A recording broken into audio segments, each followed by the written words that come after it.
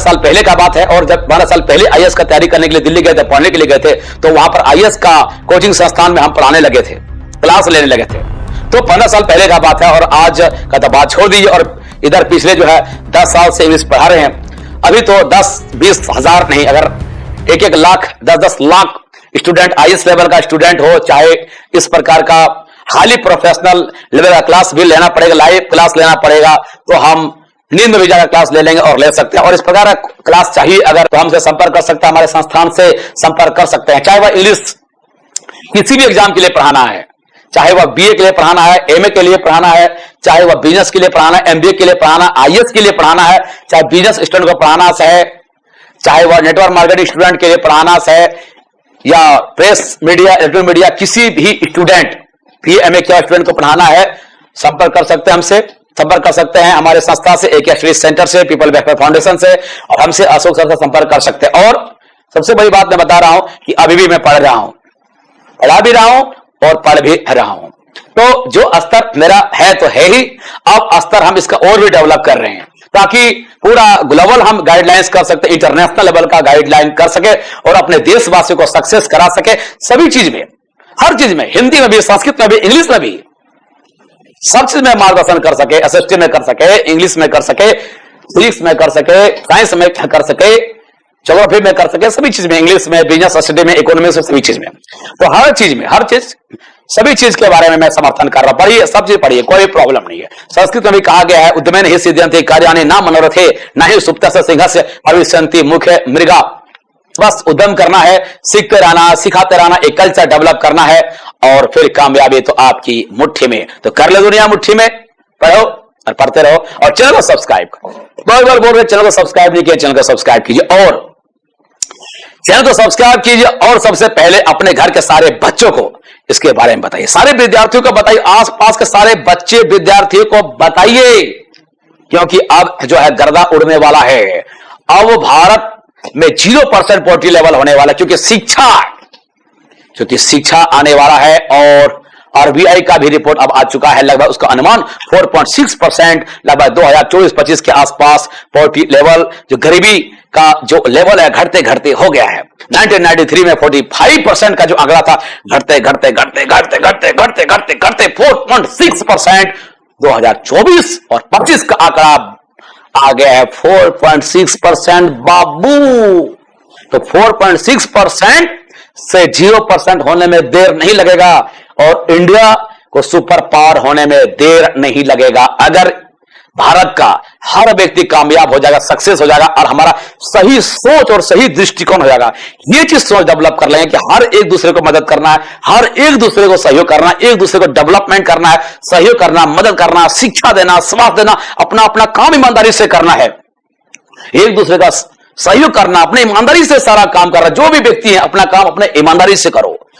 दुकानदार है तो अपना काम को ईमानदारी से करो, कस्टमर है तो दुकानदार को ईमानदारी से पैसा दो, बेईमानी मत करो, उसका पैसा ठको मत, कम ज्यादा उसको बार्गेनिंग करके परेशान मत करो। टीचर है तो स्टूडेंट को अच्छे से पढ़ाओ, उसका भविष्य बनाओ, और गार्डियन है, स्टूडेंट है तो टीचर का सम्मान करो, गार्डियन है तो टीचर का भी सम्मान कीजिए, उसका उचित फी दीजिए, उसका शोषण मत कीजिए। हर व्यक्ति अपना अपना ईमानदारी से काम कीजिए, तो हर व्यक्ति का जीवन सफल होना तय है, और यह देश कि हर व्यक्ति सफल होना तय है, हर व्यक्ति कामयाब होगा, और यह भारत सुपर पावर तो पाने जाएगा। तो देख लिए हम लोग, पॉवर्टी लेवल भी कम हो गया 4.6%, जो एसबीआई का एस्टीमेट है, और ऑपरेशन सिंदूर भी चला दिया गया है, और कोई और ऐसा दिन नहीं है, हो सकता है कि भारत में भी चलेगा। डिग डिग डिग डिग जेरोनिमो जेरोनिमो जेरोनिमो जेरोनिमो, समझ गए, ऑपरेशन जेरोनिमो। और ऐसा दिन नहीं आएगा जब इंडिया भी करेगा ऑपरेशन जेरोनिमो, उसके बाद कोई हिम्मत नहीं करेगा इंडिया से टकराने का, और इंडियन लोगों से सभी इंडियन लोग सक्सेस करेगा, कामयाब होगा, और फिर वही गाना गाएगा कि चाहे जोर जितना लगा लो, सबसे आगे होंगे हिंदुस्तानी, हमने कहा है तुम भी कहो, सबसे आगे होंगे हिंदुस्तानी। ये गाना जो है हम सुनाएंगे, अभी थोड़ा सा उतना लिरिक्स में नहीं हो रहा, तो चलिए अभी जो है म्यूजिक प्रोग्राम बंद कर देते हैं, और थोड़ा सा मुद्दा पे आ रहे हैं, क्योंकि संगीत is life, music is life. तो देखिए म्यूजिक बगल में जो हमारा जो है म्यूजिक इंस्ट्रूमेंट भी है, तो म्यूजिक इज लाइफ, म्यूजिक इस लाइफ है, समझ सकते हैं। सरस्वती माँ के हाथ में जो है बीना है, टेंग टेंग टेंग टेंग। किसके हाथ में बीना नहीं है? नारद के हाथ में भी है। नारायण नारायण एक तारा है, सबके पास कुछ न कुछ म्यूजिकल इंस्ट्रूमेंट है, सबके पास है। विष्णु के पास भी जो है शंख है, सबके पास म्यूजिकल इंस्ट्रूमेंट किसके पास नहीं है? और शंकर भगवान के पास भी जो है शहनाई है, सबके पास म्यूजिक इंस्ट्रूमेंट, कुछ न कुछ म्यूजिकल इंस्ट्रूमेंट है। बाबा बांसुरी वाला कृष्ण के पास भी तो बांसुरी है, तो म्यूजिक इंस्ट्रूमेंट कहां पर नहीं है? तो संगीत इज लाइफ। सरस्वती माँ के हाथ में भी खुद बीना है, समुद्रगुप्त के पास भी खुद बीना था, खुद बीना बजाता था। नीरो जो रोमन सम्राट था वो खुद बांसुरी बजाता था, कहता था कि जब रोम चल रहा है तो नीरो क्या कर रहा है? बांसुरी बजा रहा है, बांसुरी वाला। देखिए पढ़ाते पढ़ाते किताब का गर्दा उड़ गया, किताब फट गया, देखिए है ना। इसको बोलता किताब फाड़ पढ़ाई। कहता कि पढ़ो तो वैसा पढ़ो कि किताब फाड़ पढ़ाई पढ़ो, तभी समझो कि पढ़ाई हुआ है और पढ़ाया गया है। तो जब तक किताब फाड़ पढ़ाई नहीं हो तो क्या खाक पड़ा है? कपड़ा जब मार्शल आर्ट में जब खेलते खेलते लड़ते लड़ते किताब और कपड़ा फाट न जाए, कपड़ा फट नहीं जाए, ड्रेस गंदा नहीं हो जाए, तो क्या खाक चला है? गाड़ी जब चले टायर घिसाए नहीं तो गाड़ी क्या खाक चला है? तो इसका देख सकते हैं, किताब पढ़ते पढ़ते किताब फाड़ दिए, फाड़ते सीते फाड़ते सीते गौन करते, ये सब सारा समस्या चलता रहता है। तो इसमें डिस्कस नहीं करेंगे दोस्तों, क्योंकि कहा गया है कि बूंद बूंद से घड़ा भरता है और Rome was not built overnight.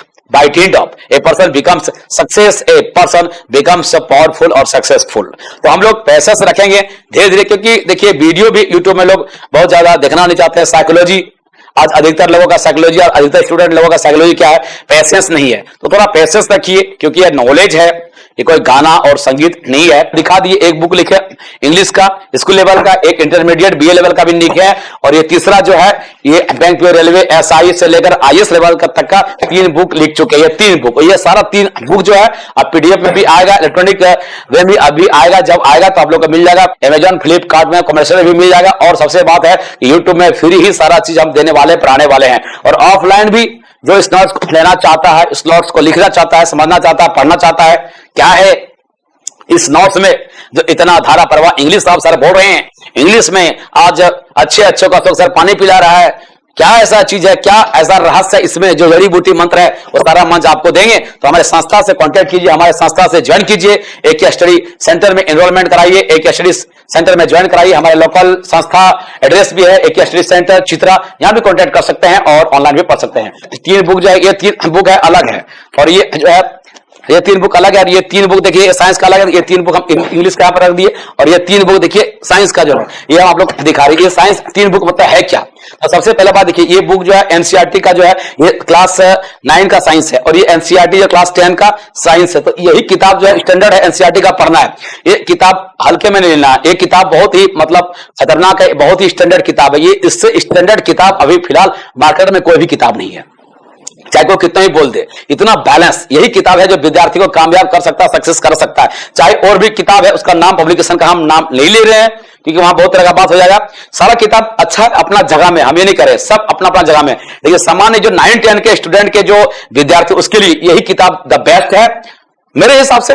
और तो ये किताब जो बेस्ट है, और ये किताब बेस्ट है, और यही किताब जो आईएएस आईपीएस का तैयारी करने वाले जब बड़े बड़े संस्थान इंस्टीट्यूट के पास जाइएगा तो बहुत हद तक एक किताब बेसिक कॉन्सेप्ट के लिए रेकमेंड करेगा और इसको गाइड करने वाला है। तो इसी किताब का, और ये किताब मामूली नहीं, कोई भी जनरल कॉम्पिटिशन से लेकर आईएएस लेवल तक का एग्जामिनेशन इसी किताब से, सामान्यतः साइंस का मटेरियल इसी से कवर हो जाएगा। कुछ जो आईटी वगैरह जो इन्फॉर्मेशन टेक्नोलॉजी है अप टू डेटेड है, दूसरा जगह से ले सकते हैं, अधिकतर चीज इस किताब से ले सकते हैं। और इसका जो कुछ एक्सटेंशन बुक है वो सभी पढ़ सकते हैं। नीरज चौधरी सर का भी बुक बताएं जो लुसेंट का, वो किताब भी पढ़ सकते हैं।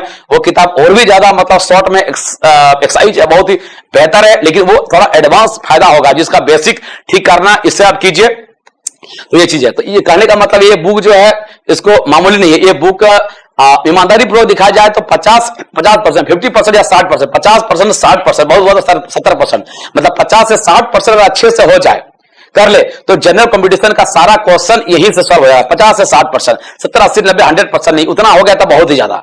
इतना 80, 90%, 100% किसके लिए? जो दूसरे सेक्टर में जाएगा, इंजीनियरिंग में जाएगा, जो साइंस में जाएगा, उसके लिए वो पढ़िए तब ठीक है।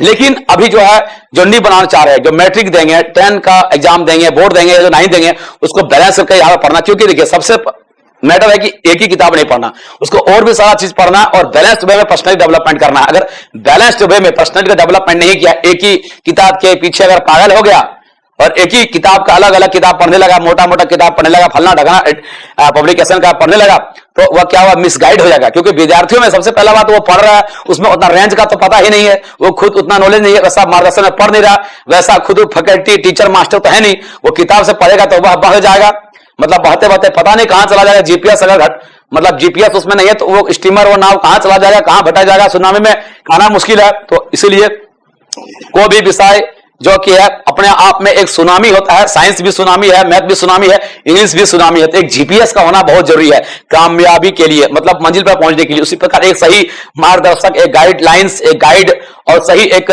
फैकल्टी, एक मास्टर, एक टीचर, एक गुरु होना बहुत जरूरी है कामयाब के लिए।